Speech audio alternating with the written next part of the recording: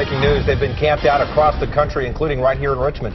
But the Occupy Wall Street protest right here in Richmond came to a grinding halt overnight around 1 o'clock this morning as police broke up the site at Canal Plaza. Our Shelby Brown is live there now with the very latest. Shelby.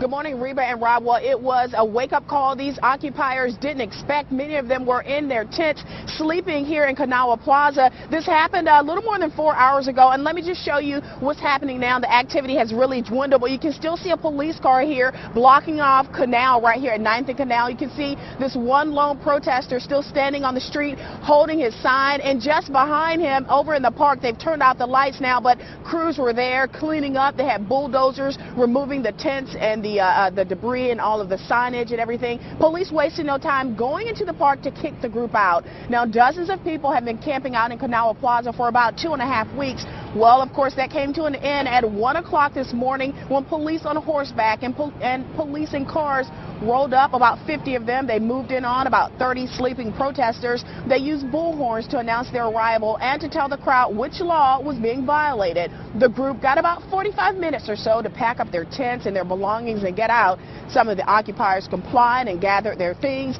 Others who did not move were arrested by police, and that was about a handful of protesters. Again, crews were in there with the bulldozers shortly after that, and cleanup crews putting all of the trash in bags and moving it out. And many of the protesters say while they're upset, this eviction doesn't stop their movement and the message they're trying to send.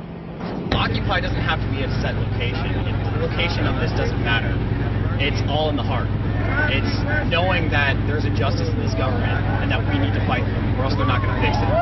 So whether it be in Canal Plaza, whether it be on VCU campus, whether it be on the sidewalks like we are now, we're still going to be doing it. We've applied for permits from City Council, but they didn't accept or decline us getting a permit. At least them declining it would give us an idea of what was to come, but we didn't get anything.